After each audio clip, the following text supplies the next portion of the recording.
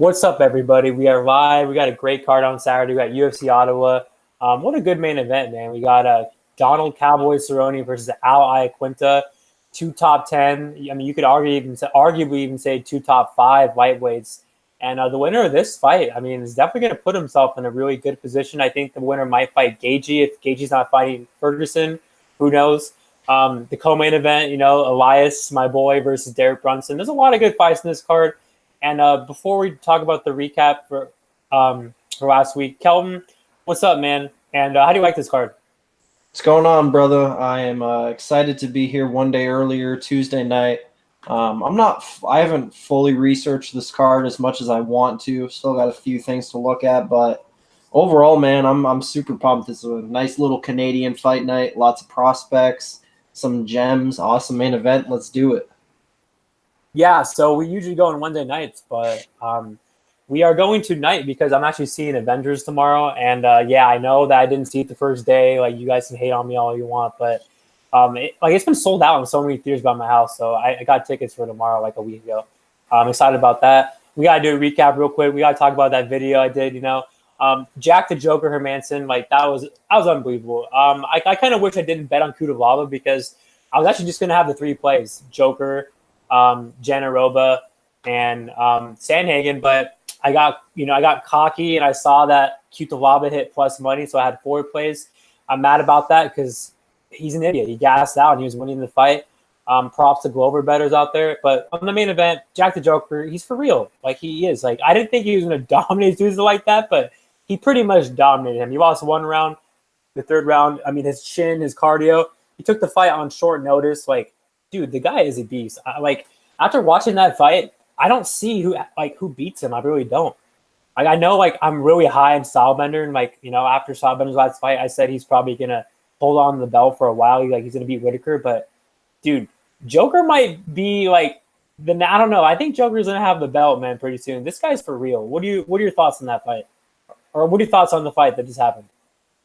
With Joker and Jacare, man, I thought it was an awesome fight. Definitely enjoyed watching it. Joker just continues to get better, continues to impress. I mean, he came into the UFC with, think about all the European prospects that come into the UFC with so much hype, like Nathaniel Wood and, guys like that. Jack Hermanson barely had any hype, and he's just continuing to win as an underdog, man. He's constantly underestimated. I'm kind of pissed I passed on that. I was solid on Jacare, though, man, but hey, Jack shut me up. I was wrong, and good bet on your part, man. It was an awesome fight. As far as how he would do against, like, the Whitakers, the Kelvins, and the Adesanyas, I'm not convinced that he would beat any top 3 guys like that, but we'll see. Damn, he just beat a top 3 guy. Like, he dominated him, man. I don't know if Jacare is top 3. Whitaker, top 5 guy. He's top 5. Whitaker, Kelvin, Adesanya. That's your top 3. Agreed. It was top 5, but I just thought that was a very good performance. He had a really good performance. Kelvin had a very close performance with him. That was definitely a better performance against Jacare than Kelvin had, in my opinion. Damn, Joker versus Kelvin would be a really good matchup. Like, he's way bigger than Kelvin. Obviously, Kelvin hits like a truck. We can't really say who we got in that fight yet, but I think Joker's going to be a beast, man, for a while. I think he's definitely going to be touching gold. So the co-main event was Greg Hardy. Nobody cares about that. No one cares about that. We'll just talk about our plays. So I had, so I went 2-2 in the night, and I went plus 2.40 on the night. So yeah, I won on Jack. I won on Corey Sandhagen. It was a close fight. Okay, I'm not going to sit here and say it wasn't, but I do think he won. He outstruck him. There's a lot of people out there that don't think he won the fight. I really do think he won the fight. I think he won the first 2 rounds. The 3rd round, he lost.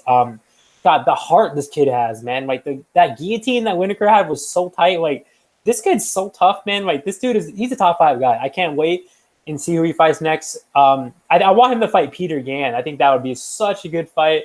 I probably got Sandhagen there pre-tape, but who do you give Sandhagen next? Like, the guy has to get a top guy next. How about Sandhagen and Ricky Simone? I think Sandhagen deserves a better fight because he just beat Whitaker. Simone needs to fight someone like, I don't know. Actually, I'm trying to think. Like, we could give Sandhagen the winner of Peter Yan and Jimmy Rivera. Yeah, I think not Alejandro Perez. Cody Stamen versus Ricky Simone. That's the fight to make. That's a good fight. Obviously, I think Simone beats Stamen, but I think that should happen. I think maybe Pedro Munoz versus Sandhagen. I mean, I don't know. Munoz probably won't even take that. So Cody Garbrandt, maybe, I don't know. We'll see. But and then also I think Janiro versus Sparza. Yeah, man. Janirova looked pretty good, man. I mean, she won the second round. It was a close fight, but yeah, I do think Sparza won, and she had the more takedowns. She looked better on the mat. So congrats to Sparza betters. And talk about your plays real quick. Yeah, man, I profited on the night. I won 3.41 units. My biggest play of the night was Takashi Sato. He got a second round KO over Ben Saunders. Ben Saunders actually wasn't looking too bad in that first round, but that's just more of a case of, I mean, how many times has Ben Saunders been in the octagon? He's so experienced. And Sato, that's his first round in the UFC. I mean, it took him a little bit to put it together, but I mean, as soon as he put it together and started throwing, Saunders' chin just couldn't handle it. Of course, I hate telling fighters to retire, but I hope someone who actually means something to Saunders tells him it's time to retire. That's not my job, but I don't know if we should see him in the octagon again. I lost 2 units on Andrei Arlovsky, plus 130 there. I don't regret that one damn bit, man. I thought Arlovsky won that fight clear as day. Some people scored at 30-27 Arlovsky. I scored at 29-28 Arlovsky, but I thought it was pretty clear, man. Like, I don't know. Just, I mean, definitely lackluster performance from both guys, but I knew there was a big chance it would be close, and I'm going to take plus 130 on the much more experienced guy all day long. Only other losing bet, I took 1.5 units on Roosevelt Roberts to win inside the distance. Well, Thomas Gifford is just a tough cat, man, and he was able to hang in there. Props to him. Parlay 2.5 units cashed on Angela Hill and Roosevelt Roberts. And then I went against Justin. I put 2 units on fight day. Carlos Esparza to win via decision at plus 145 to win 2.9 there. So, yeah, man, it was a pretty good card. Do we have any other fights on this card we want to talk about? I forgot that you bet Sparza. That was a good bet. Let me check real quick. I don't think so. Mike Perry versus Cowboy Oliveira. That was a great fight, man. And my boy Mike Perry has made improvements, and I've been saying that. I mean, I saw it in the Felder fight.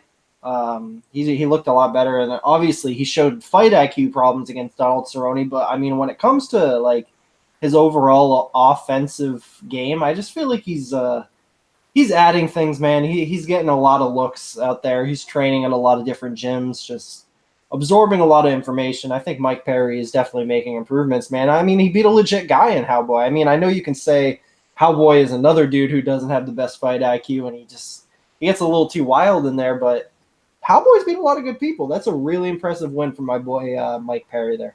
Yeah, he definitely got the nod. He looked good in that fight. I say match him up with Nico Price next. That would be a great fight. Obviously, you know who I have in that fight. But for Cowboy, I don't know, man. Give him a Court McGee. I mean, that could be Court McGee's last fight ever, but I mean, who knows? Court McGee had a pretty close fight. I just watched it a couple days ago. It was close, but I do think Diego won. But like that third round was scary. This chin, man. Like he got dropped, man, late in that fight. So I mean, I don't know who you're going to give Diego Lima next. He's on a 2-fight winning streak. I mean, who are you going to give him? Like, I don't know. Bilal Muhammad? Like, I don't know who they're going to give Diego. Get out of here with that. Bilal Muhammad would murder him, dude. I agree. I'm just saying, like, give him Curtis Melender. That'd be a great fight. Do it.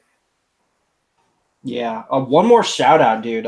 Jim Miller absolutely ran through Jason Gonzalez. That was probably my favorite performance of the night. Just seeing Jim Miller. They showed the wife and the kids sitting front row. Still early in the car. There's not a lot of people in there. It's kind of quiet. You can even hear them during the fight. And dude, he just ran through Jason Gonzalez. Jason Gonzalez, I saw a lot of people say he made improvements.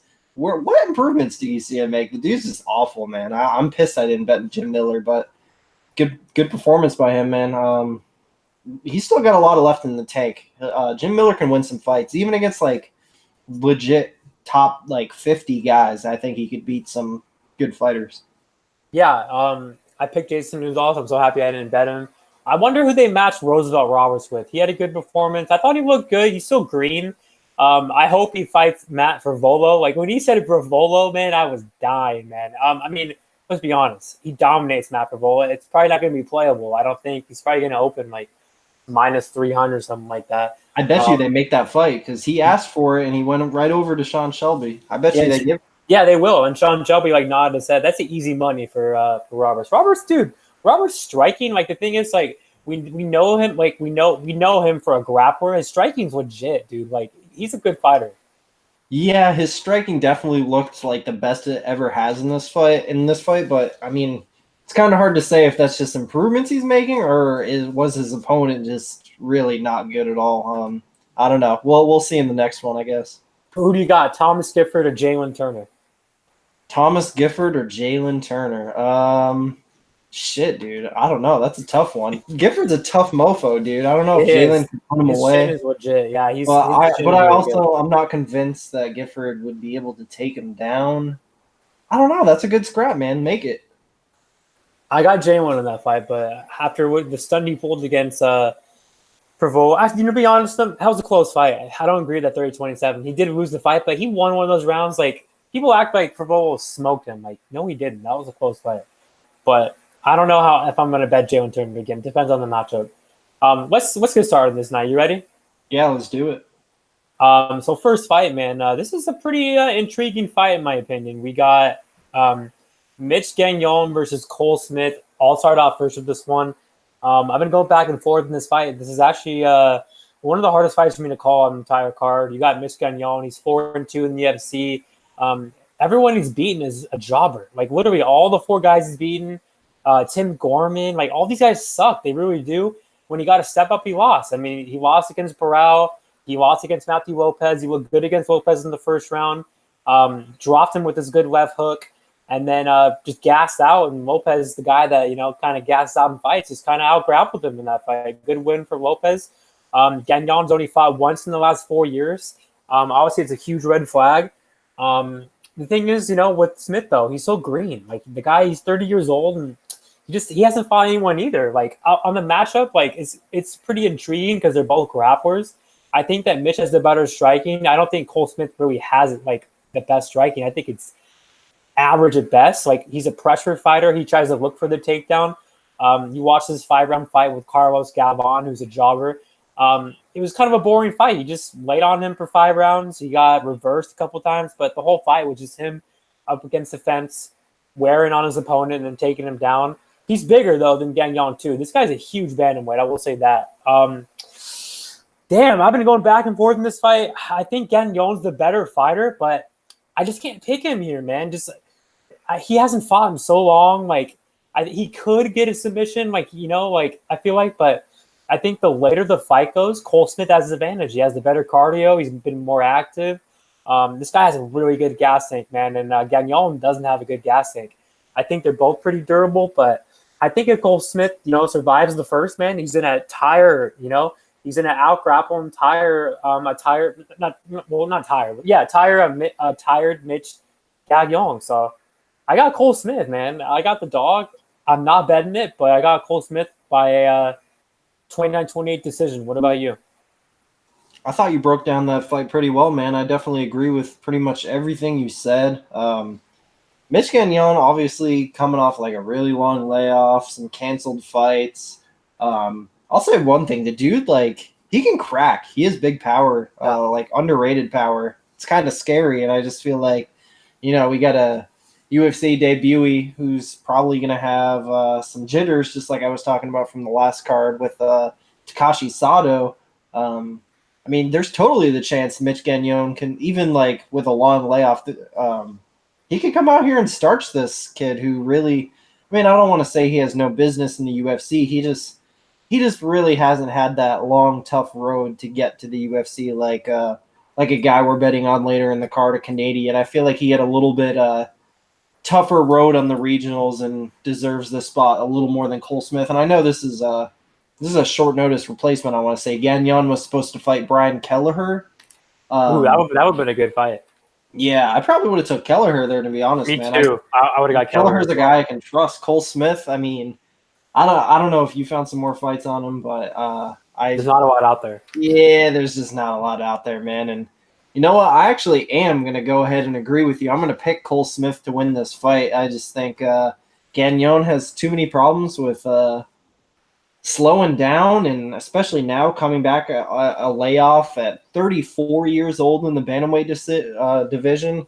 I don't think those problems are going to be getting any better at this point, man.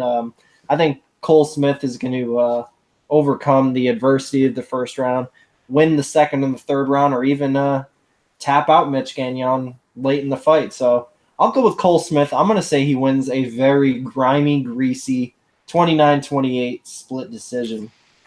So moving on to the next fight, man, I believe we got the heavyweights here. We got Juan Adams minus 125 taking on Arjun Bhullar plus 105. This is a fight I'm just going back and forth on, man. Honestly, I've went back a lot, but man, just going through making my DraftKings lineups. I think I'm gonna ever so slightly lean the side of Juan Adams in this fight, man. I mean, honestly, like, yeah, the guy only has 5 fights in the UFC. He's very green, and I know you can say what you want to get against Chris De La Rocha. Chris De La Rocha is another guy who doesn't have a lot of fights. He has like 5 or 6 fights as well, and he's a bad fighter, but he's a tough dude. Like, Chris De La Rocha is definitely a tough out for a 4-0 dude making his UFC debut, and I thought Juan Adams, like, he didn't look perfect, but I saw enough to see potential, man. And I think that potential gives me enough reason to believe that he'll probably be too much for Arjun Bhullar here. And the fact that this is easily the biggest guy Arjun Bhullar has fought. I mean, we got a 290-pound man cutting down to 265 pounds, something we really don't see often. And then Juan Adams, I mean, when it comes to wrestling, I mean, yeah, I know Arjun Bhullar, like, his accolades sound cooler. Oh, he was an Olympic alternate. I mean, a heavyweight Canadian Olympic alternate. Firstly, I mean, Canada's not really known for their wrestling program, and then when you think heavyweights in Canada, that's even like an even smaller group. I mean, if he was an Olympic alternate, he wasn't even. I mean, how many heavyweight Canadian wrestlers are there? He couldn't even have been a starter. He was an alternate. So I mean, yeah, I mean, I kind of agree with the things Juan Adams is saying in interviews.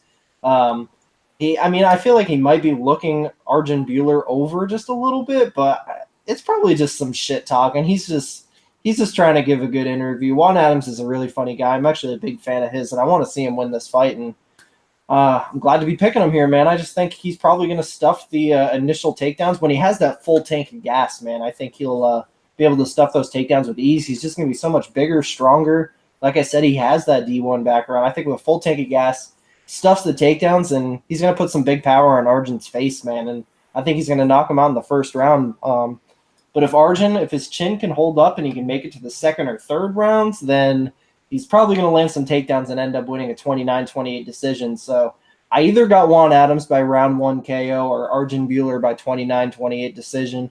I'm going to slightly lean with Juan Adams, round 1 KO, and he scored 110 points on DraftKings last time. I think he might be able to match that here this time, man. I think he's only 82 or 8,300, so I'm rolling with Juan Adams for a DK play this week. What do you think? Yeah, this is also just like the first fight. This is one of the hardest fights for me to call. I've been going back and forth. Juan Adams he's green, man. He's really green. He probably has more power, but I do think that Arjun's more technical. Arjun's has a pretty good chin. They both have good chins. I think cardio-wise, obviously, you got to give the advantage to Arjun. Juan Adams showed in his last fight. He only has 1 round. Honestly, man, that was a terrible performance by Juan Adams. You went out there and barely beat a guy like Chris De La Rocha. That guy is the worst guy on the roster, like the worst heavyweight in the roster. I don't know how, like, that was just so embarrassing, man. I remember I had Juan Adams on DraftKings, and I think he scored a good amount of points, but the fact that De La Rocha took him down twice, like, that was embarrassing. He landed some good shots. Like, if a guy like that can take a fast Slav like that can take him down, like, what do you think Arjun's going to do? The thing is, man, it's kind of hard to trust Arjun after that stun he pulled against Weisrick. I don't think he's going to get tapped out here, especially off of, Juan Adams off his back. But it's a close fight. Like I mentioned, I think he's more technical, but I think Adams has more power. I think Adams has potential, but he's green, man. And that gas tank didn't look good. But I agree with what you said. In the first round, man, Juan Adams is an animal. He's scary, and he's a lot bigger than Arjun as well. So I'm going to go with Juan Adams with the first round finish as well, but I'm not confident because I think it's a close fight. And I think Arjun's live for sure. So the next fight, I'm going to let you call it. We got Matt Sayles versus Kyle Nelson, and I believe that you have a play in it. Yeah, man. So we got Kyle Nelson. He's a plus 185 underdog. Taking on Matt Sayles, minus 225.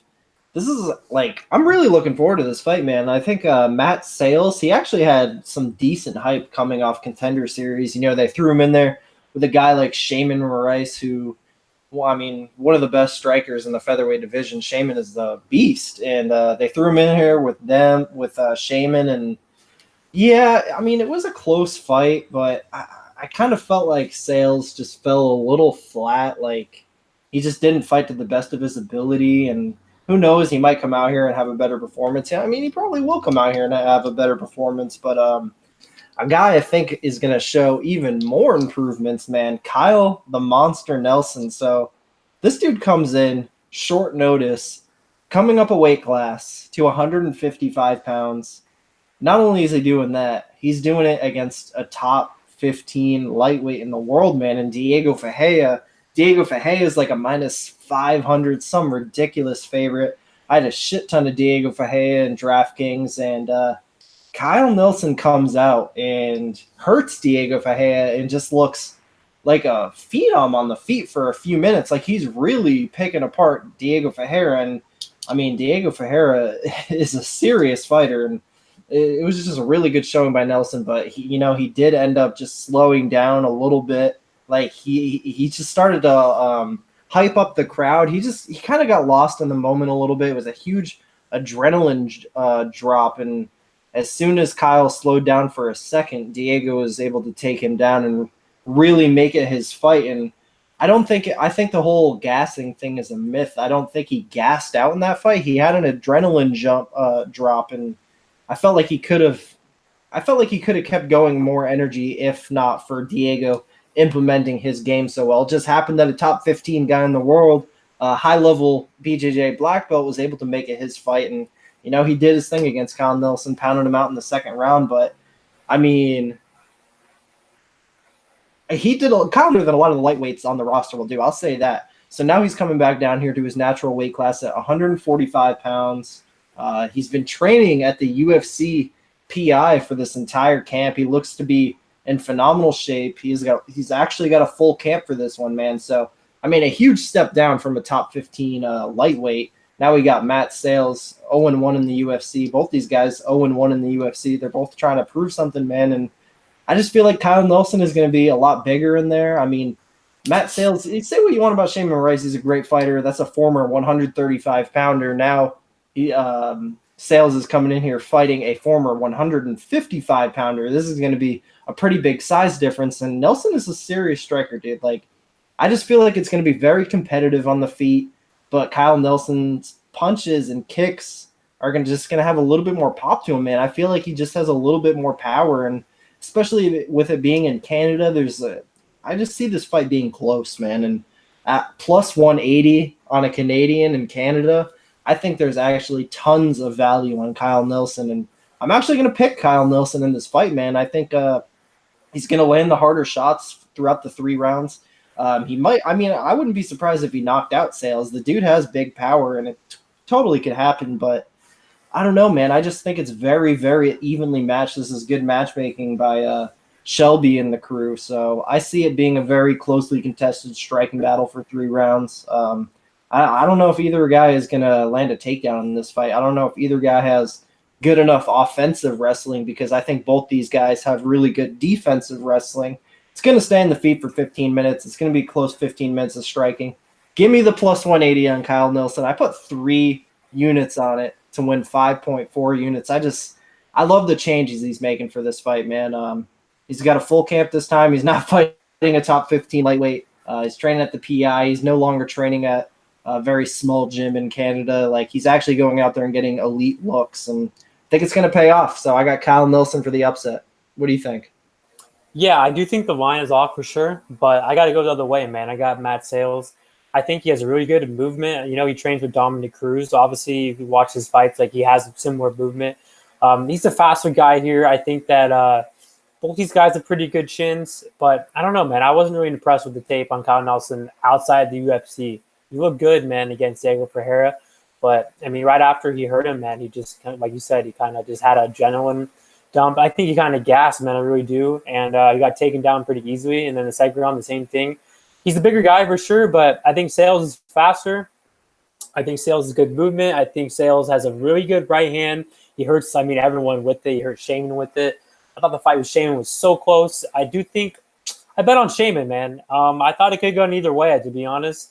Shaman could have got a point deducted. Obviously Sayles didn't fight to his fullest in that fight because he had like a torn retina, I think. He had to get surgery. So that should have been, I think Shaman should have got a point for that. I mean, he had two of them, I think, in the fight.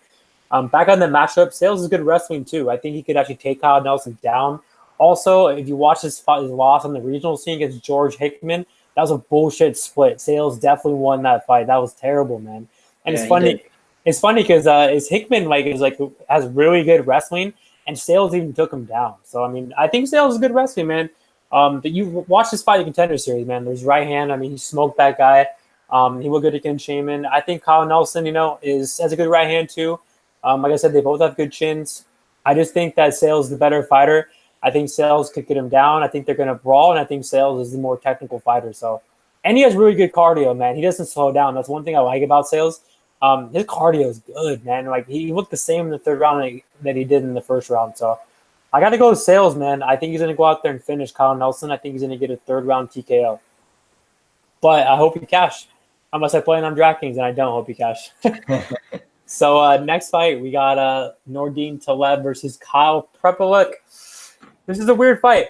Taleb, was a big, not big, but he was a favorite versus, was he a favorite versus Sire? No, he was a dog. I'm sorry. He was a dog versus Sire, and then this is a different matchup. He actually opened the dog, which is kind of crazy, to be honest, and then, he got steamed.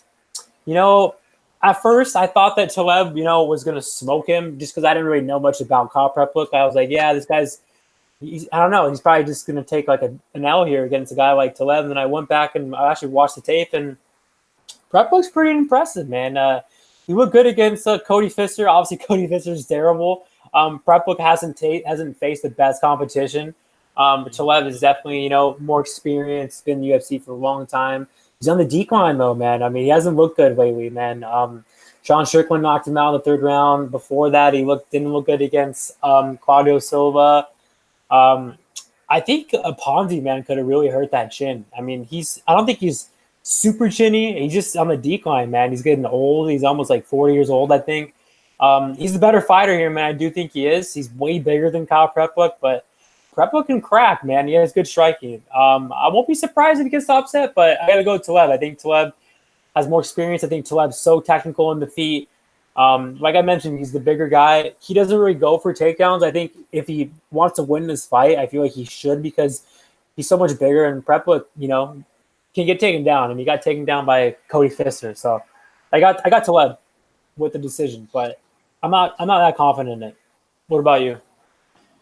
Yeah, man. I mean, so when you look at this dude, Kyle Prepolec, he actually is pretty experienced, man. And he's actually been in there with 3 former UFC fighters and actually fought Kevin Lee way back in the day in 2013. Got submitted there. He fought Alex Ricci, who fought in the UFC. He lost a decision there, which, I mean, that's not a good luck losing to that guy. And then his most recent fight, he beat up Cody Pfister pretty well, in my opinion. Unanimous decision, won it clearly. But so when I look and see this line of Nordine Taleb around minus 350, 400, immediately I start thinking, okay, what kind of edge can I find here to fade Nordine Taleb at plus 350, plus 400? Because, I mean, there is concerns with Nordine Taleb for sure. I mean, he's getting up there in age. He's slowing down a little bit. He's coming off a brutal KO loss, Sean Strickland. You got to question his chin, and then kind of always got to question his lack of ground game has never really been there. I don't think he really has to worry about it too much here. I think if he loses in this fight, it might just be like I don't want to say a lucky punch, but he just gets caught with the perfect punch. His chin isn't as durable as it used to be. That's probably how it's going to go if Prepolec wins. But, oh, geez, man, actually watching the fights and seeing him get outstruck by Alex Ricci. I mean, Alex Ricci, he is a Muay Thai guy. That guy has a Muay Thai background and everything. That's all good and dandy. But if you're going to get outstruck by Alex Ricci, I mean, you got to think the guy's going to get outstruck pretty fucking bad by Nordine Taleb. And we've seen the way that Nordine Taleb can handle these guys that aren't really ready for the UFC yet. Like with the Oliver Enkamp, I thought he won that fight pretty convincingly. I mean, Enkamp had his moments for sure, but he beat Enkamp. He won all 3 rounds pretty much. I think he'll probably have a performance like that where he outstrikes Prepolec here pretty convincingly every round. So I'll say 30-27 decision for Nordine Taleb.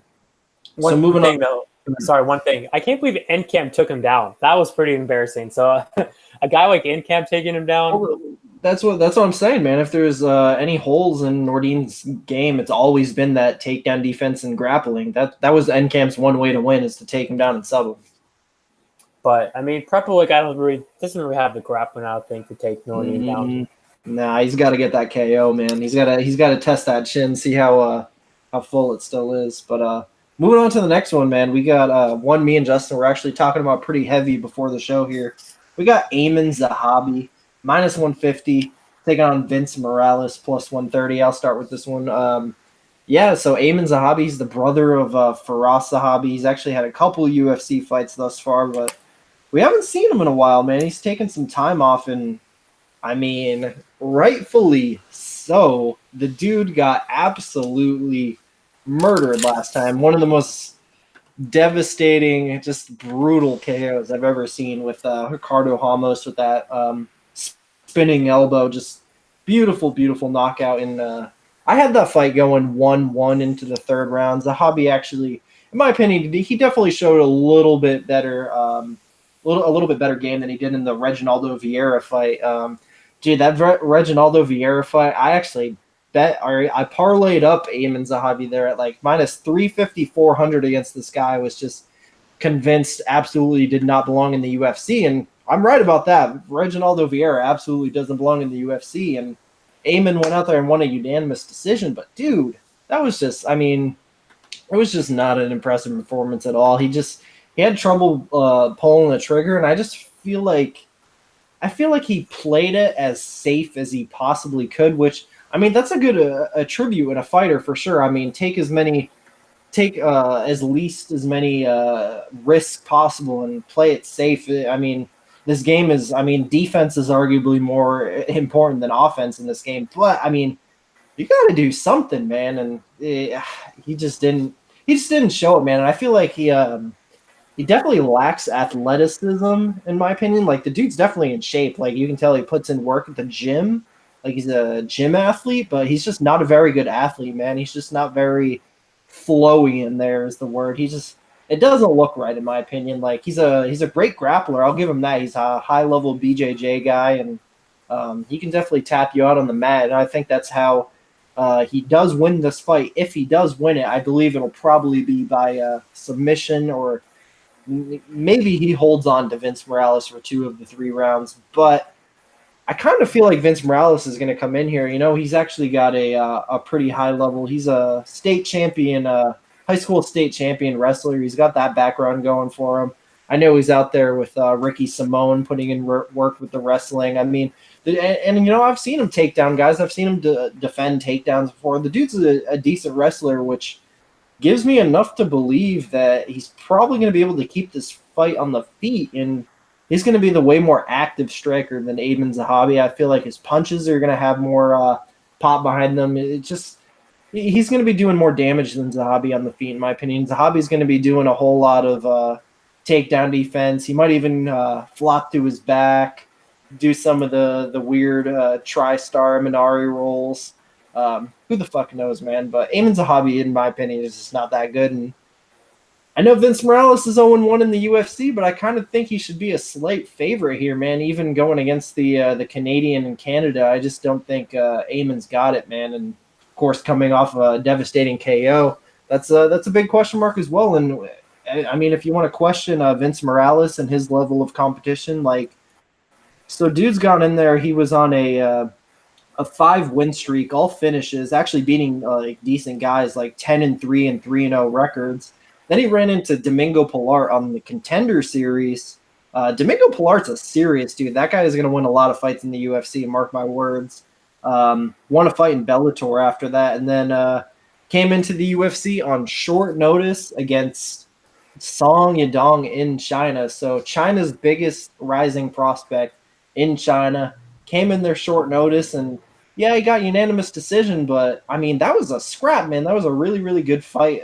He put up like 40-something points in a loss in DraftKings. Like, this was, I mean, he's going to throw a lot of volume in this fight. That's my main thing. I think he's just going to be throwing more on the feet, and I think it's going to be clear enough to he can even win a close decision in Canada, man. I think he's got it here, man. I think he wins a decision. I'll say he wins a 29-28 unanimous decision against Zahabi, and I have 2 units on it. I got plus 145, so let's go Vince Morales. Yeah, man, this is a good fight. Yeah, I've been going back and forth in this fight as well, but I got to go with you on this one, man. I got Vince Morales. I think he's the better striker. I think he has more power. I do think Zahabi is, he's technical. He has a good jab. He's the bigger guy, but, I mean, he hasn't fought in a long time. He just got smoked. He didn't look really good against Vieira. And that guy just lost, I think, outside the UFC. So that's not a good win. And that was a very close decision, too. Morales, like you said, I was talking to you about it before we went air. He trained with Ricky Simone, Austin Vanderford, Mr. Van Zandt, Paige Van Zandt over in Oregon. He looked decent against Song Yadong. Yadong's going to do that against most guys. But, I mean, that was, the rounds were close. He has a good chin. I think he's more durable here. I think if he stuffs the takedown, he can win. I do think Zahabi has a better ground game. Morales can get taken down. He was beating Puarte. He dropped him with his right hand, and then Puarte took him down in the second round. That was all she wrote. Puarte's a good fighter, though. Puarte's going to have a better career than Zahabi for sure. And then Song Yadong is going to be a top 10 guy, in my opinion. So no shame those 2 losses. I think the Song Yadong fight was on short notice. So, yeah, I got to go with Morales. I think he's more durable. I think he has more power. I think if he stuffs, which I think he will, he's going to win the fight. I think Zahabi has to get to the mat and get to the mat and tap him out. So I got Vince Morales by a 3rd-round TKO. So next fight, we got Macy Chaisson versus Cheesecake Summer Rice. And this isn't a mismatch. I don't know what it is. We both have been high on Chaisson for a very long time, since the tough days. I was kind of talking about it today with some guys, but this girl's for real, man. I think she's gonna beat most girls in the division. I think that she's gonna be challenging Amanda Nunes in the future, man. This girl's for real. Like, she's huge, man, for the division, and her striking is so good. And what's scary about that is that her ground game is just as good. I really think she's the top down Suarez of the division. I mean, she moved to Ford's MMA. I mean, but she's gonna be a way better fighter, man, than what she was before. Undefeated. I mean, her striking, man, very good right hand, hits like a truck. You saw what she just did to Mazzani. Cheesecake, she gets hit a lot, man. She's known for a tough girl. She's a flopper. Lucy dropped her a couple of times.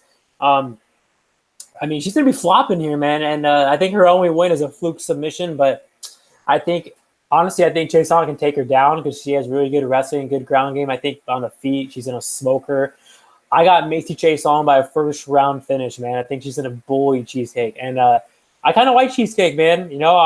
I think her ground game is really good, but she's not that good, man. I know she moved up to Vegas. She had a very close fight with Toledo. I thought she was going to beat Toledo, and she just didn't, man. She got taken down. She took down Toledo, but you can take this girl down, man, pretty easily. And she's so slow on the feet. She can crack. I'll say this. She's durable. I think she's better than Menzani, but I think that Macy's is so much faster, so much more athletic. And I think Macy can do whatever she wants to her. I think she could take her down and kind of just, she can either tap her out. I think she can pound her out. But I think what's going to happen is that she's going to get a KO here on the feet. I think she's going to hurt her really bad, man, and get her out of there. So, you know what? I got TKO. I think she's going to drop her, then pound her out. So it's kind of hard, for a girl to get a 1-punch KO. Mazzani, but that was, but I don't know if she's going to do it two fights in a row. So I got Macy Chaisson with the 1st-round TKO. What about you? Yeah, man, you're right. This is a gigantic mismatch. This might be like my most confident pick of like the year so far. Like I truly think Macy should be like a minus 1,000 in the spot. Mostly just because, in my opinion, Gina Mazzani probably presented a little more problems and was a little bit tougher of a fight than Sarah Morris. I mean, if Gina Mazzani and Sarah Morris fight, I'm probably going to pick Gina Mazzani in that fight. I To got be cheesecake there. to be honest. I mean, it's a close one regardless. That would be a really evenly matched fight. And the fact that Macy Chiasson, yeah, she was or Chiasson, I keep saying Chiasson. Chiasson was like a minus 600 something in that fight as well against Gina, and she claimed that minus 600 to be rightful for sure, and she shouldn't be any lower or any better than that here in this fight because I mean it's really the same level of competition. I mean, all Sarah Morris really has is an armbar, and in my opinion, Macy is just way stronger. She's really good at getting out of position. She's just tough as fuck, man. Like she's flexible too. Like I don't think she's gonna be tapped into an armbar. I mean that one thing that Sarah could do here is an armbar, and I just really don't see it happening. Like this is this is gonna be a bad one. I think Macy wins however the hell she wants.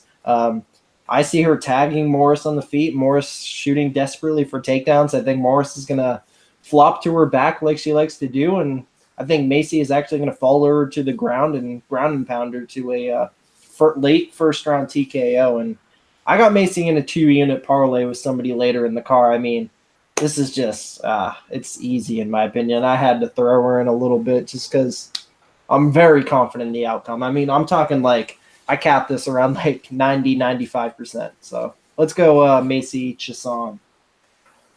So moving on to the next fight, man. This is a good one. Me and Justin with the consensus bet here, man. We got Andrew Sanchez. He's a minus 155 favorite. He's taking on Mark Andre Barriault. And I'll let you start, Justin. Yeah, man. So I have 3 units on plus 120, and I like this guy a lot, man. I taped this a couple weeks ago. I bet him, I think like a week ago or maybe even longer. But this guy, he's the former TKO champ in Canada, 185, 205. I think he's a bad matchup, man, for Andrew Sanchez. I think this guy is so durable. I think his cardio's on point. I think his striking right hand, good knees in the clinch, good movement. I mean, one thing that stands out, I feel like, is that this guy can win a dogfight. I mean, this guy's won back and forth fights in the past. This guy's won fights, that went 5 rounds. Like this guy doesn't get tired, man. I think he has good takedown defense too. We've seen him get taken down, but he got right back up. A guy like Andrew Sanchez, man. I mean, God, man, this guy has such a bad chin. His cardio is terrible. He can't win a dogfight. I mean, you saw the fight with Anthony Smith. I mean, 1-1 go in the third. He even got reversed on the mat. Like, he wanted a way out. I won't be surprised at all, man, if Barriault, Mark, I'll call him, because I don't want to butcher his last name anymore, even takes him down, man. I mean, obviously, like, I think, like, he has such a big advantage in the feet, but I think even if, like, Sanchez gets him down, I think Mark could even reverse him. I mean, this guy has good wrestling, man. He has a good ground game. He's heavy on top, has good ground and pound.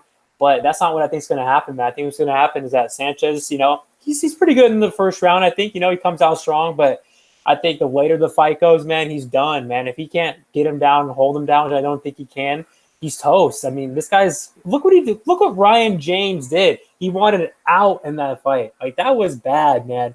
He mauled Ryan James in that first round. And a guy like that, he's so tough. He's like a scarecrow. He came back. I think he won 10-8 in the second round. I think Andrew won 10-8 in the first, and James just punished him in the third round, man. And it's funny because I think Mark is 100 times better than Ryan James. So I think he's gonna hurt him to the body, man. Andrew Sanchez is so weak to the body.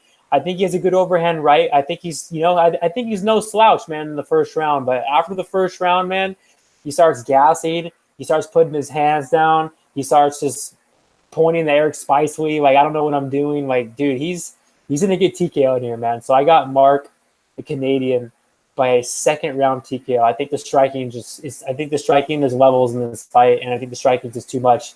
And way better gas tank, way more durable. Like, this guy can go, man. And I just can't, man. I can't pick Sanchez. I think he's a fade, man. What about you? Man, this is a good fight. I'm with you. I got Marc-Andre Barriault in this fight. I got 2 units at plus 125. Uh, Andrew Sanchez is, I mean, he's been on my fade list for a while. I mean, even before the Ryan James fight, which I will always give you credit for that cash. That was unbelievable, man. I just did not have the balls to bet Ryan James, and it's so funny because That was crazy. I saw someone on Twitter a couple days ago. I should have responded. They said some stupid shit like Andrew Sanchez ain't losing to some random Canadian. I'm like, dude, Oh okay. God. Firstly, he already lost to a much worse Canadian in Ryan James, and this dude Marc-Andre Barriault is not some random Canadian. And this is what I was kind of foreshadowing when we were talking about Cole Smith and his rise through the regionals of the Canadian scene, because there's levels to this Canadian scene. Marc-Andre actually went through the organization TKO, which is really high level. I mean, that's probably the best Canadian MMA organization there is out there. It's on Fight Pass. There's a lot of really good guys that come out of there, man. And I mean, he ran through those guys on that show. His last fight, he knocked out this guy, Adam Hunter, in the first round.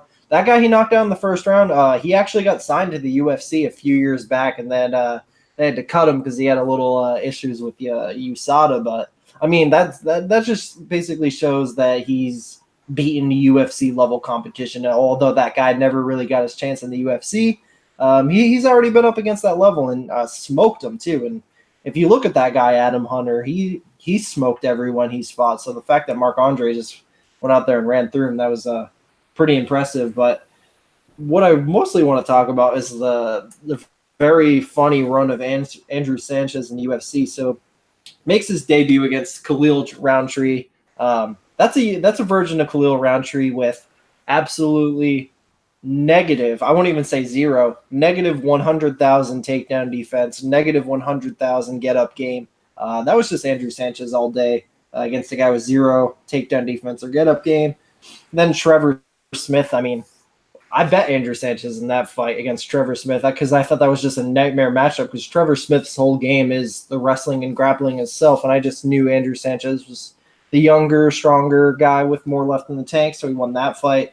Then I bet on Anthony Smith at like plus 350 or some crazy shit to beat Andrew Sanchez. That's actually one of my biggest underdog cashes of all time.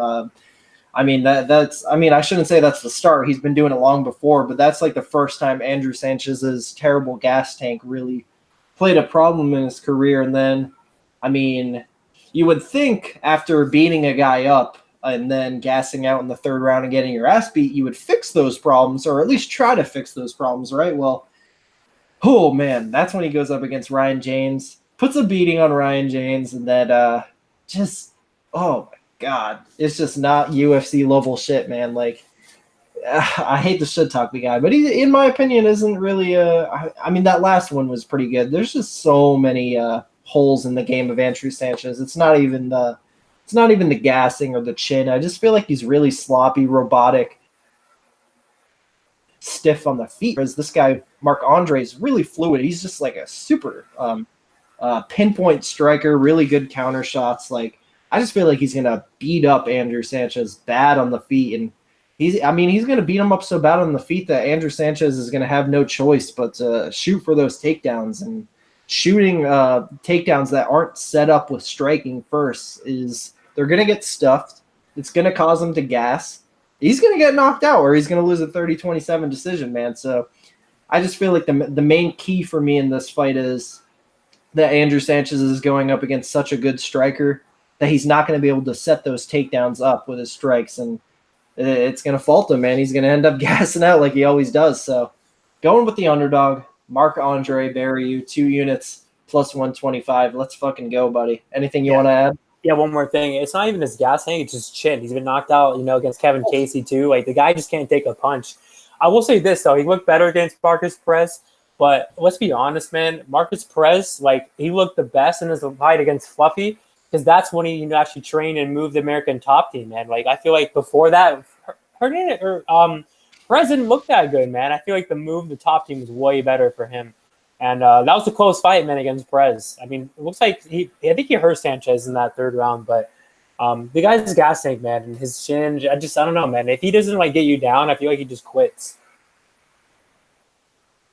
So Yeah. we'll see what happens. But I'm impressed, man, with this Canadian, man. The guy's he's not only done it at 185, but he's done it at 205 too. This guy's bigger, man, than Sanchez too. So it's gonna be, I think like the more Sanchez goes for the takedown, gets stuffed, maybe even gets him down, then like Mark gets back up. It's gonna wear on his gas tank. It's gonna tire Sanchez even more out. So I think the later the fight goes, man, it's our fight. I think in the first round, is going to be the scariest round for us. But I think we could even get a first round KO here, man. So let's get it. Yeah, man, and of course the people got to know our consensus bets. We're 10-4 on the year so far, which is a pretty good record. We got 2 for this card. That's the first one. So if there's any bet you want to tail, that's the one to do it. Marc Andre, let's go. So moving on to the next fight here, man. We got some more heavyweight action. We got Walt, the big ticket Harris. He is minus 160, taking on Sergey Spivak, plus 140. I'll be honest, this is the fight that I probably haven't came the closest to researching yet. I've only watched one of Sergey's fights. Wasn't really impressed. Walt Harris, looking at his last fight with Andrei Arlovsky, obviously I just watched that fight last week, prepping for that Andre and Sakai fight. I just watched that. I watched it again. Dude, Walt Harris just did not look that good, and I just feel like he's so up and down in his career. He started off in the UFC, he just did not look good at all in the UFC. I believe he got cut at one point, and then they brought him back. He looks good a couple fights, does not look good other fights. Very inconsistent. I just don't know what to make of this guy, Sergey. There's too many question marks. I'm going to go with Walt Harris, though, just because he's got that high-level experience. He's a huge athletic dude with a lot of power, and if this kid's not ready for the UFC, he's going to make him pay for it, probably land a big knockout punch. So it's cool. I actually saw Walt Harris in Atlanta while I was up there for 236. That is a big dude. Holy shit. Yeah, I got Walt Harris for the win. I don't have much to say. He seems like a pretty cool guy, Walt Harris. But yeah, man, it's a weird fight, man. I don't know. Like, it's one of those fights that, like, Walt Harris, should win. He's dropped the ball before. This kid, Sergey, hasn't fought the best competition.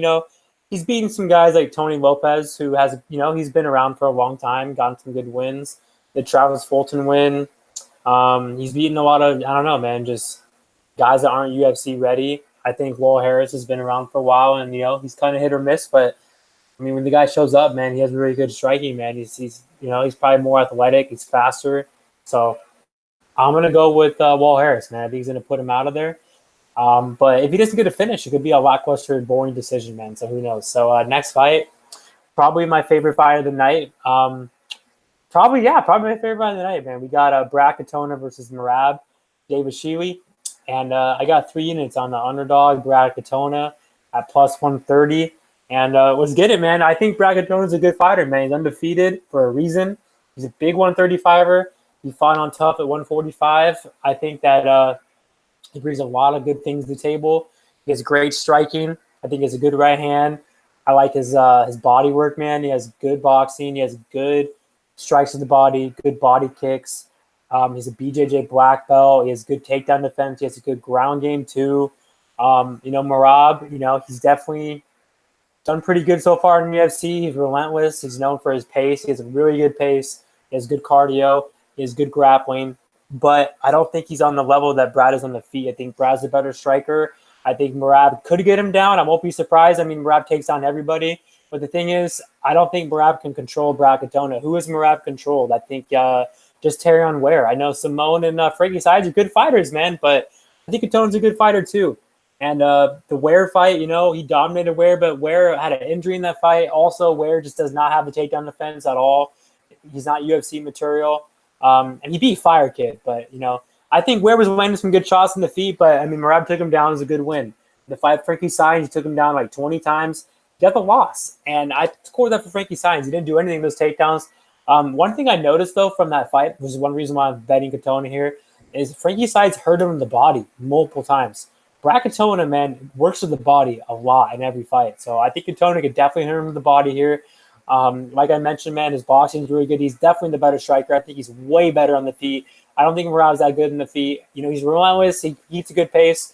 The thing is, Brad has a good pace too. Brad has a good cardio too. Brad has won so many decisions before. I think what's going to happen is that Merab's going to take him down.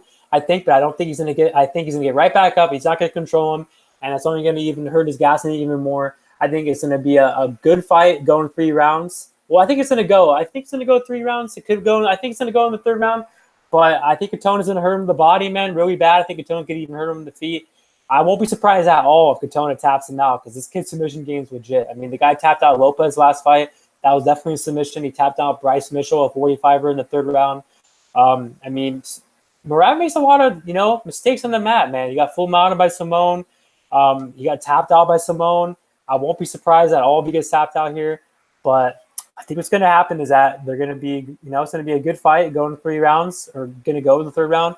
And I think Merab's going to get tired, man, from not being able to take down Katona, control him. Katona's going to stuff a lot of takedowns, and he's going to hurt him in the body.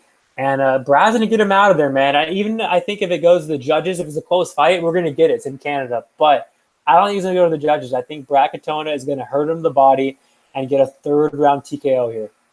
What about you? Man, I gotta respectively disagree with my my co-host over here. I think if you expect Merab Dvalishvili to gas out here, you have a whole nother thing coming, man. That guy has probably one of the most serious gas tanks in the entire UFC. He puts on a pace like no other. He's getting better every fight. He's getting good looks over in Long Island with Aljamain Sterling, Iaquinta. I find it pretty nice that Merab and Iaquinta, they're main trading partners. They're really peaking together during this same fight week for the same fight camp.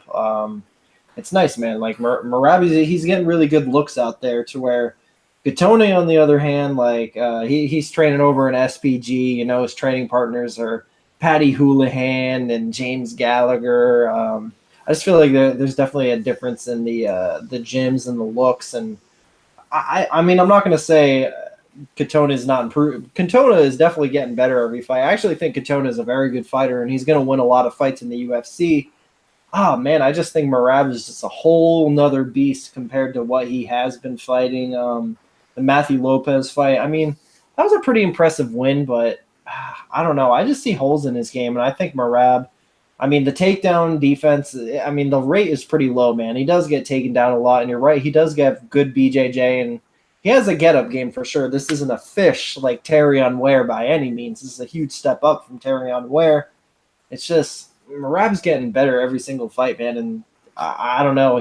Brad Katona has just never seen anyone with this kind of pace. I think Merab is just going to be he's going to be doing his thing, throwing all kinds of spinning shit on the feet, really throwing Katona off. He's just such an awkward guy. He's such a hard guy to fight, and Katona hasn't come anywhere near facing a guy this good. Whereas Merab Dvalishvili, I mean, you could say he's pretty experienced at this point now, man. Like, he's been in there with some real good fighters, even outside the UFC, like with Rafion Stotts and who did Merab lose really early on? He lost to Ricky Bandejas really early on in his UFC career or his MMA career. Ricky Bandejas is a really good fighter, and then the Frankie Saenz fight, dude. Like, I mean, you can look at that fight in a lot of ways, but I mean, you can also look at it in the way of you got a guy making his debut in the UFC against Frankie, Frankie's a really high level wrestler. Firstly, as well, Frankie's a really good wrestler, and I believe he was ranked in the top 15, if not at that time of that fight. At one point, he was a top 15 UFC fighter, and the fact that Merab was able to go out there, take him down 11 times, out-volue him, Merab landed more strikes in that fight. He looked pretty good, man. I thought he got robbed there, so there's that. And then the Ricky Simone fight. Ricky Simone is a top 15 UFC bantamweight, and in my humble opinion, Merab was up 2-0 in that fight.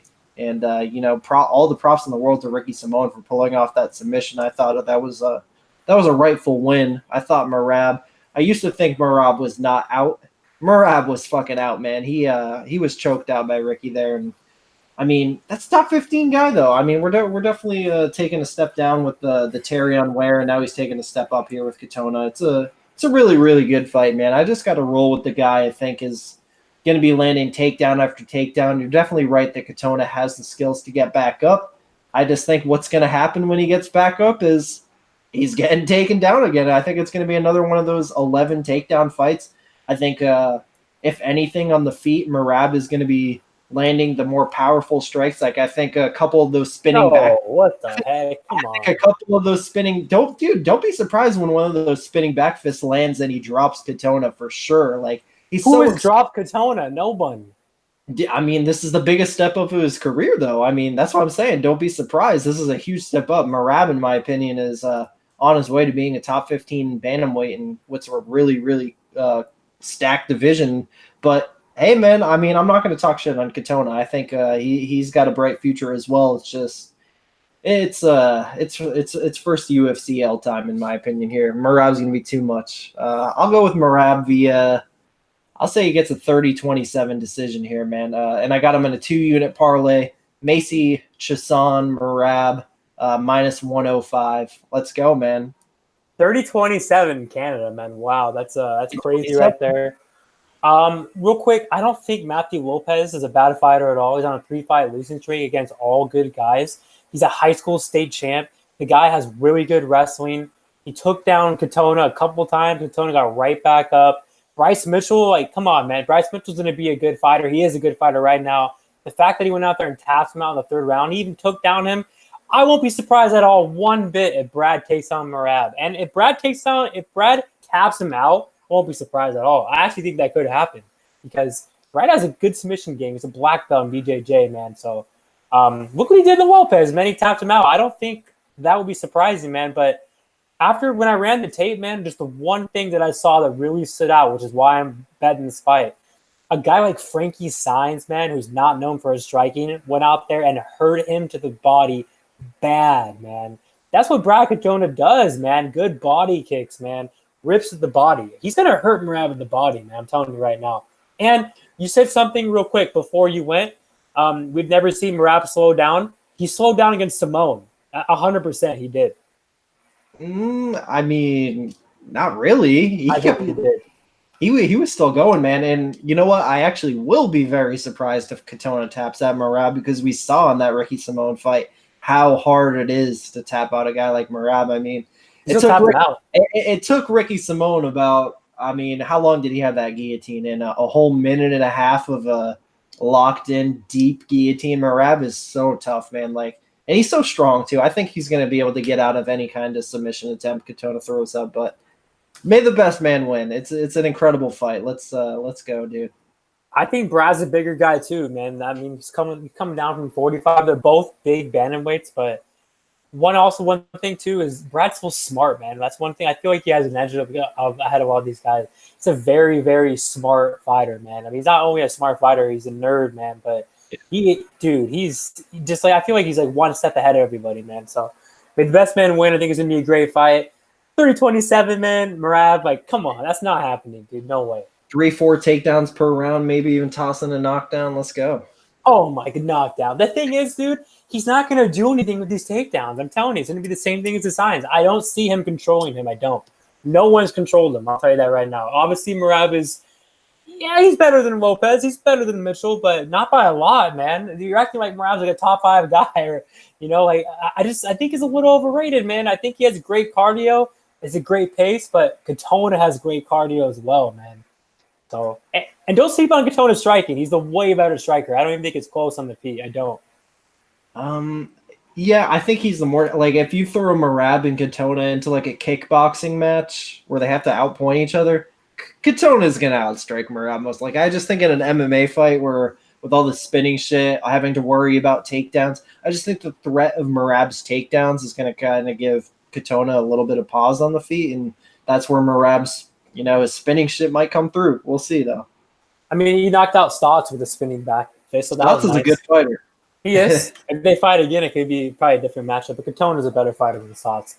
The thing is, though, I'll say this. If he takes down Katona and controls him on the mat, then he probably wins the fight. I just don't think it's going to happen, but may the best man win. Is it my turn or yours? You can go ahead, man. I think I just go ahead. Okay, yeah, it's my turn. So next fight, we got another bet. We're on, man. We got Shane Burgos versus Cub Swanson. And I got Shane Burgos, man. I got 4 units on him. I have 2 units on him at plus 105. And then I have 2 units on him at minus 165. Obviously, you have the better line. We'll talk about that later. This is a great fight, man. Shane Burgos, I mean, if you've been following me for a long time, you know how big I am and how high I am on this guy. I mean, I bet him versus Charles Rosa in the distance, man. So I was sweating in that fight because I don't know why, but dude, the judges had Rosa up 2 rounds. Like, I thought Burgos was dominating him, man. Yeah, I think it's a bad robbery. I think it's the kicks, but dude, Burgos was dominating him, man. But Burgos, man, like the only flaw I feel like in this game, which I'm sure everyone can talk about, well, everyone will talk about, is he keeps his hands down, man. It's, like he has a good chin, he's durable, he just fights with his hands down. I mean, he can strike though, man. He's such a big guy. His counter striking is on point. That Tiger Showman, striking, good movement, good pressure. I mean, a good right hand, good left hook. He has a size advantage over most of these guys. You saw what he did against Qatar, man, before he got knocked out. I mean, that was his first loss. Qatar was going to be a top 5 guy in the division. You heard it here first. It was 1-1, man. I actually think the momentum was shifting into Burgos' corner, man. He dropped the first round. He won the second round. He had his hands down, and he got caught, man. He has a good chin, though, man. I mean, you could say it was a bad stoppage. I don't think it was, but he was never out, and then he got dropped last fight against Taleb. And look at that submission. The guy's a black belt BJJ, man. It's funny because he actually has a lot of submission wins outside of the UFC. Like, he's known for his striking, but the kid's ground game is really good.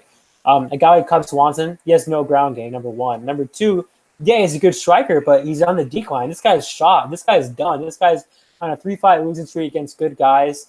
He looked terrible against Frankie Edgar. Moicano dropped him with a jab. He didn't look good in that fight. I mean, T-City, obviously we know what T-City is, but T-City is not really known for his boxing. I mean, he has good hands, but I mean, T-City kind of just dominated that fight. Cub Swanson, man, I mean, in my opinion, he's shot. I just think the Cub Swanson that would, maybe 4 years ago could win this fight, but Burgos is just way more left in the tank, the bigger guy, huge advantage on the mat. I think he's a better striker. I think he's more technical. I think he's more durable. I think he has better cardio. I think he has so many tools in this fight, I mean, I don't know, man, how Cub wins this fight. I mean, I think a lucky KO, but I think Burgos, man, has a really good chin. It's going to be hard for Cub Swanson to knock him out. So my official prediction is Shane Burgos is going to drop him, man, and tap him out. So I think he's going to hand Cub Swanson his 30th loss by submission. So I got Shane Burgos by a first-round submission. Or wait, did I say that wrong? I got Shane Burgos by a first-round submission win. How much you got on it, bro?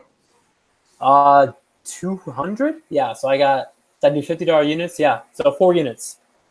4 units. I got my biggest play of the year, man. I feel so good about this fight. I've been eyeing it since it got announced, and I had to tape it immediately just because I didn't know when the line was going to drop. It could have been months ago, and then I saw these lines drop them out. Like was it 2 weeks ago now? I caught the opener, Shane Burgos at plus 135. I got 2 units on that, 2 units at plus 115, and another 2 units at minus 115. So I have 6 units on Shane Burgos at average odds of plus 109 here, man. And it's funny because it was my second biggest play of the year last year was actually against Cub Swanson as well. I had 6 or 6.5 units on Renato Moicano to beat Cub Swanson. Extremely easy money, man. He dropped him with a jab, and then on the mat wasn't even close. Not even close at all. You would think with how long Cub Swanson has been in the UFC, he would develop a little bit better of a ground game, but I don't know. He definitely lacks there still. So with this fight with Shane Burgos, man, I just like Shane Burgos. I knew I liked this kid from the moment he got into the UFC against Thiago Trator. Beat him up really bad. That was a really exciting fight. If you've never seen Shane Burgos versus Thiago Trator, go watch that fight right now. Finish the podcast later. That's a fucking great fight, man. And then the Charles Rosa fight, like you were talking about, I can't believe they had Rosa up 2 rounds. Oh, God, that's really dumb. He beat up Rosa, knocked him out in the 3rd round. We didn't even have to go to the decision. He finished him there, and then beat up Pepe for 3 rounds. And then Calvin Kattar, man, I mean, Shane Burgos was looking really good. I know that fight was Actually, no, I bet Calvin Kattar there against Shane Burgos. Actually, I had like because the line was just ridiculous. Calvin Kattar was like plus 175 or something like that. I lined it like a coin flip, and I had to take the plus 175. Kattar got it done. Burgos has, Justin's right. I mean, he broke the fight down perfectly. Burgos, one big hole in his game is his striking defense, which it's definitely a tough hole to have when when his game is offensive striking. When your game is mainly offensive striking and your biggest hole is your defensive striking, that's just a disaster waiting to happen. And hey, I mean, at least it was to a top 5 guy in Calvin Kattar. And Justin's also right in the fact that Cub Swanson's real only chance, in my opinion, is to land that perfect knockout blow. But again, I'll ask people, when is the last time Cub Swanson knocked anything out, man? You have to go all the way back to 2013 against Dennis Seaver. Knocked him out in the 3rd round, almost 6 years ago at this point. That was a really good fight. I remember that fight. Yeah, man, that was a good fight. And wasn't he losing? I think he was losing. It was getting a little sketchy. I think he was like a huge favorite there too. That was so long ago, but yeah. And before that, his last knockout before the Seaver fight was 7 years ago against Bronx Oliveira, which that was. Oh my god, what a quick job that was! Yeah, that delayed reaction. I just remember being so weirded out watching that live. Like, I thought it was a fix. It was just that weird. But we know Bronx does that. So yeah, the question answered. When's the last time Cub Swanson knocked out anything? It was 6 years ago against an aging German midget in Dennis Seaver. And now you got a hulking 145, a huge 145 pounder here in Shane Burgos. He's gonna have a lot more pop behind his punches here. We saw Cub Swanson get dropped by a jab last fight. And you could say, oh, that's Renato Moicano that dropped him with a jab, though. Here's another question for you guys. How many knockout wins does Renato Moicano have? Tell me all about Renato Moicano's big power that he has in his hands. It's not there, and he has 0 KOs, and he dropped and hurt Cub Swanson with a jab. This fight game has some really, really sad and harsh realities, but as gambling men that me and Justin are, we accept the realities, and the reality is that Cub Swanson doesn't have durability anymore. I mean, any kind of durability he had left pretty much completely went out the window with that Do Ho Choi fight, in my opinion. That war just, holy shit, that took everything out of him, man. And the second he fought a really good fighter in Moicano, just it was bad. It was just a really embarrassing performance. I think Shane Burgos is going to hurt Cub Swanson on the feet and probably follow up to a submission win, man. It's I'm surprised the line is still even this close. I think he's at minus 170 now. I was expecting this fight to truly be in the 200s. I mean, I was telling myself months ago, all right, I got to find someone perfect to parlay up Shane Burgos with because I knew he's going to be in the 200s. And hey, even if he was in the 200s, I have no problem playing Shane Burgos at minus 200 here. I mean, there's a reason I put 6 units on that plus money, guys. This is oh man, I said earlier if there's any fight to tail, it's the Marc-Andre Barriault fight. It's this one, man. This is probably my most confident bet of the year with Shane Burgos here. So let's go. I think he sends Cub to a nice and warm retirement. We'll see. All right, man. Call a co-main event. Oh, so we got the co-main event. We got your boy Elias Theodorou taking on Derek Brunson. Man, this is the only fight on the card that is a current pick'em. Exact dead even, minus 110. Pretty much across the board, pretty much every single book has this fight minus 110, which I always love seeing that, man. I always love seeing these coin flip fights. What the hell is going to happen? And, dude, I mean, I couldn't agree more with the line being minus 110. I have a hard time seeing what's going to happen in this fight. I feel like there's a lot of different outcomes.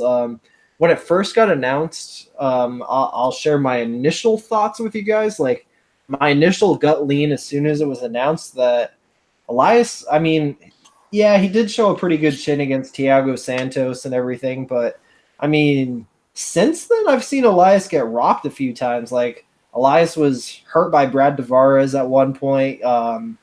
Eric Anders hurt Elias pretty bad at one point, and he just kind of let him off the hook. And I feel like Brad Tavares kind of just didn't really have that killer instinct as well. I feel like he could have probably put Elias away, but now Elias is arguably fighting. I mean, I say Thiago Santos, he's a monster and he has big power, but Derek Brunson has some serious big fucking power too, and he takes more risks than Thiago Santos. Derek Brunson, we know his game.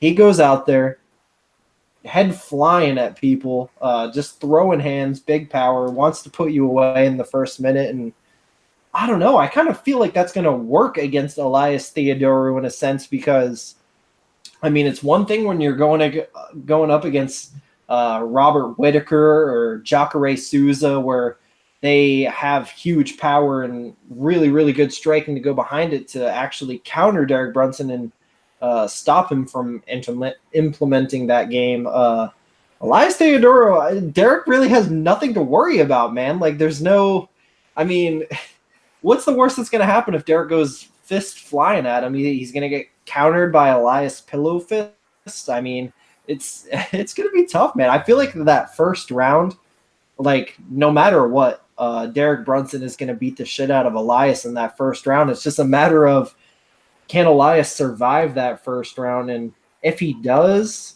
I mean, I guess Derek could still win a decision if he gets one more round, hopefully. But I feel like if the fight does go past the first round, then it most likely will go to Elias. Elias will probably have more gas left in the tank. He's going to play his little punch and kick the air game, and the Canadian judges are probably going to eat it up. So, in my opinion, just like the Juan Adams Arjun Bhullar fight, I think it's a first round KO for Derek Brunson or a 29-28 decision from Elias Theodorou.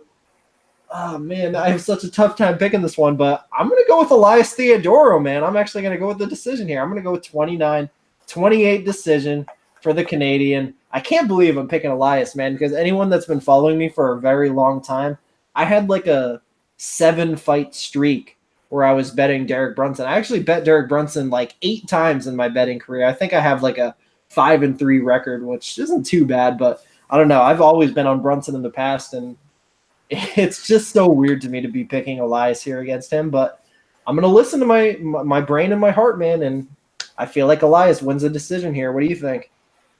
Yeah, I'm still pretty mad, man, that I can't believe the first time I ever faded Elias was with Anders. Like, Anders is never going to be a top 15 guy. I thought he was. I thought I was going to fade Elias with like a top 5 guy, you know, and the fact that I faded him with Anders is embarrassing. It was a bad bet in my opinion. We almost won, but, I mean, Elias toughed it out like he always does. I think it's a bad matchup, man, for Brunson. I don't think Brunson has a lot left in the tank. I think he looks slow. I mean, look at the staring contest he had with Anderson Silva. I know he's getting knocked out against these guys that are, like, good, but, you know, like, Souza's declining, though. They're like Souza and who did Brunson just last fight? Oh, Stylebender. But, And yeah, Jacare. man. That Yeah, Jacare one was bad. Yeah, Brunson just doesn't. He's not looking that good. Elias isn't going to knock him out. Okay, that's Elias knocks him out. That would be awesome, but I don't think it's going to happen. I just think he has a striking advantage. I think he's more technical. I think Elias just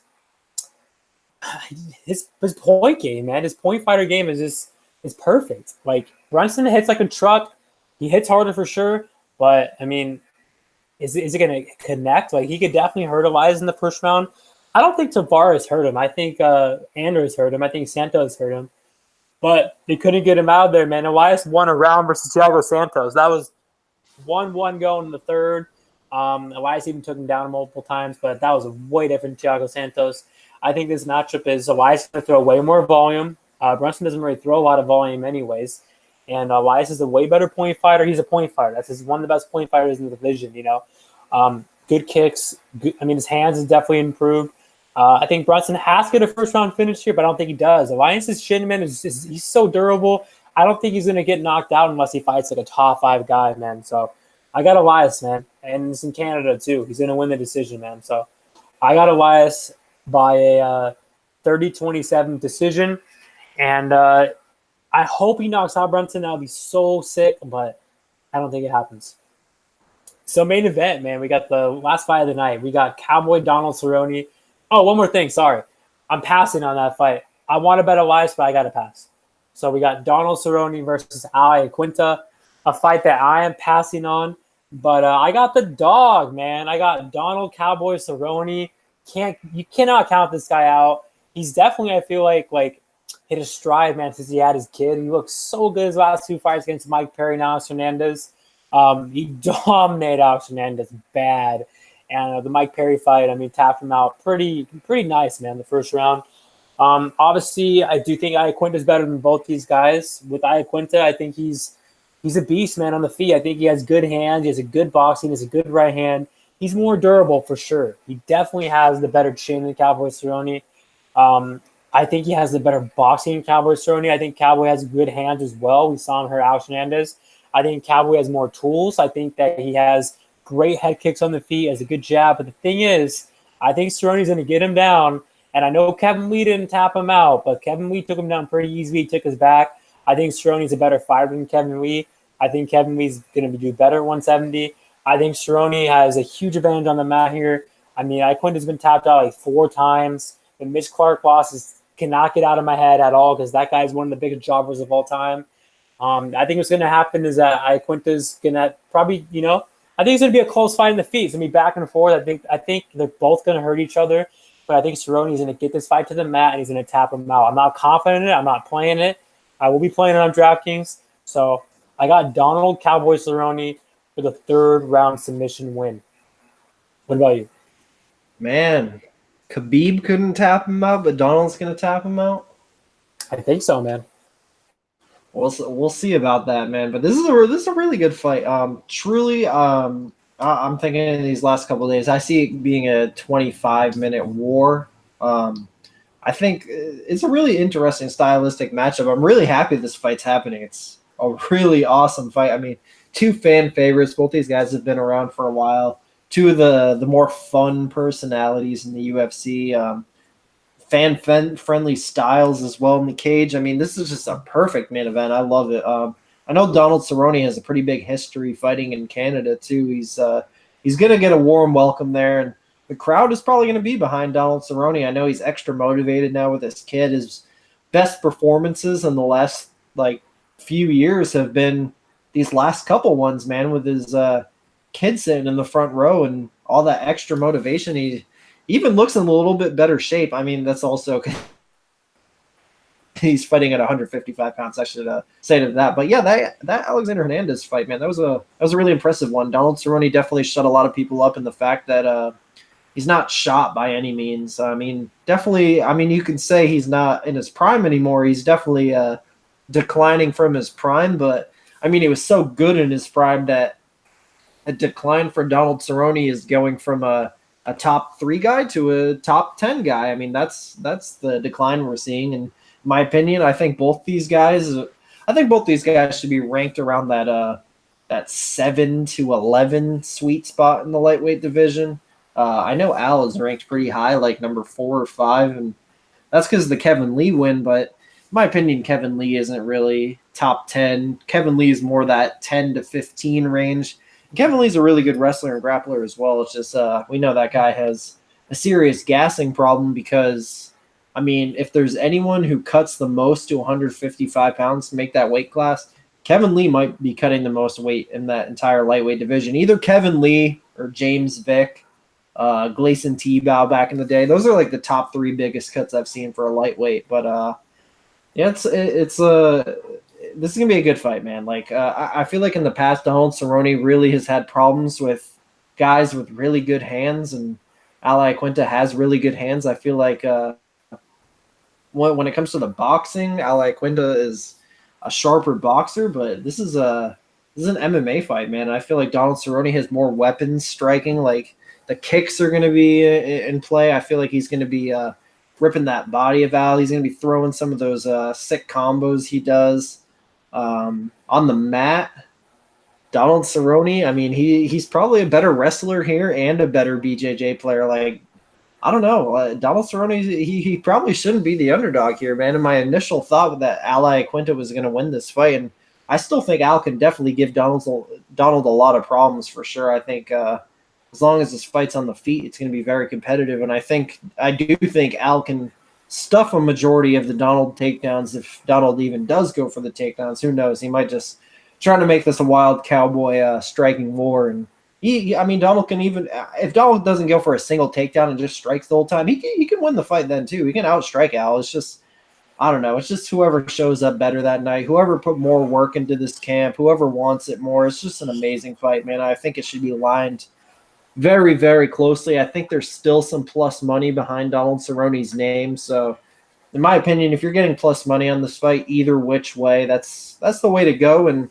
making my DraftKings lineups today, I tended to go to that 7,800 for Donald Cerrone quite a bit because I feel like he definitely has the chance to finish this fight, man. I mean, Donald Cerrone is a born finisher, and I feel like in the later rounds, like Donald Cerrone's been in a lot of 25-minute fights at this point, and he can he's got that. I mean, Al has too, but Donald, I don't know. Donald just has that finishing instinct, and I feel like he has more ways to do it. Like Donald can knock out or sub Al to where I feel like Al can only knock out Donald. I would be extremely shocked if Al subbed Donald. That would not happen. So I would say Donald has more ways to win. He's got more tools in the striking. I feel like in the clinch, I feel like a lot of this fight could play out in the clinch, maybe against the cage. I feel like Donald is going to be a little bit stronger there. So I changed my pick within this last day or two, but I'm going to go with Donald Cowboy Cerrone. I'm going to say he wins a 48-47 unanimous decision. Very close fight, but I'll go with the Cowboy. If he makes it look easy, I'm going to be mad for passing, but I got Cowboy. So we'll do a recap on our bets. I got Burgos, 4 units. I got, what is it, Barriault or? Barriault. Barriault? I don't know why I said Barriault. And also I have Katona. I got 5 plays for this card, man. 15 units on the line. It's a good one. And mostly dog money. I'm ready, man. It's going to be a big one. We got 6 units on Shane Burgos, average odds of plus 109. 3 units on Kyle, the monster, Nelson, plus 180. 2 units on Marc-Andre Barriault, plus 125. 2 units Vince Morales, plus 145. And then a 2-unit parlay of Macy Chiasson and Merab Dvalishvili, minus 105. Let's get it, guys. All right, guys, we'll be back next week. We got a good card next week. Good Brazil card, good main event, good fights. I'm going to be starting tape for that probably tonight or tomorrow. Let us know in the comments below who you guys have in every fight, who you have in the main event. And yeah, we'll be back. And later, guys.